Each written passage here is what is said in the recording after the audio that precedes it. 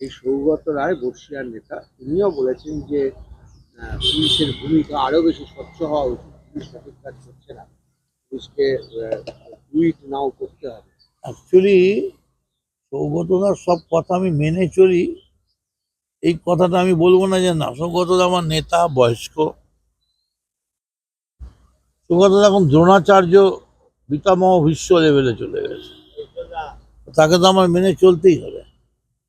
সৌগতদা কি জানে যে সৌগতদার যে সিকিউরিটি, তার কাজ সৌগতদাকে সিকিউরিটি দেওয়া, তাকে দিয়ে কি কি কাজ করা হয়,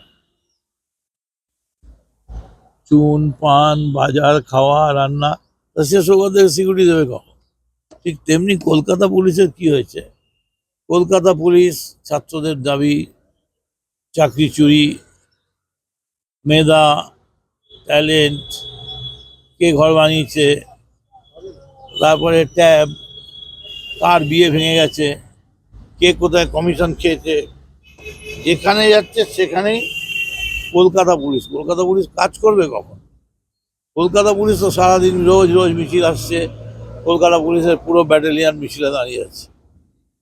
কলকাতা পুলিশ যদি সময় পেত, একবারই সময় পেয়েছিল, একদিন 24 ঘন্টা। 24 ঘন্টায় সঞ্জয় রায়কে অ্যারেস্ট করে কলকাতা পুলিশ দেখিয়ে দিয়েছে যে আজকে আমরা, কলকাতা পুলিশ আজকে যা বলে 76 দিন ধরে সিবিআই তাই বলে। আবার কলকাতা পুলিশ ব্যবহার করা হচ্ছে না, সময় পাচ্ছে না।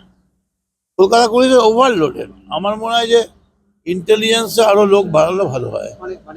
নেতাদের যে পারফরম্যান্স, নেতাদের পারফরম্যান্স বলে না, সবার পারফরম্যান্স, মানুষের পারফরম্যান্স। না এই যে তুমি বাড়ি, তাই তো দেখতেই তো পাচ্ছ, সব জায়গাতে তো পুলিশ পুড়ে গেছে, পুলিশ যাওয়ার কথা রং করে, সেখানেও পুলিশ আটকে থাকছে, জ্যাম হয়েছে পুলিশ, সব জায়গাতে পুলিশ। নিয়োগের প্রয়োজন রয়েছে। আমার মনে হয় ইন্টেলিজেন্সে একটু স্ট্রেংথ বাড়লে, ইন্টেলিজেন্সটা একটু বাড়লেই ঠিক হয়ে যাবে।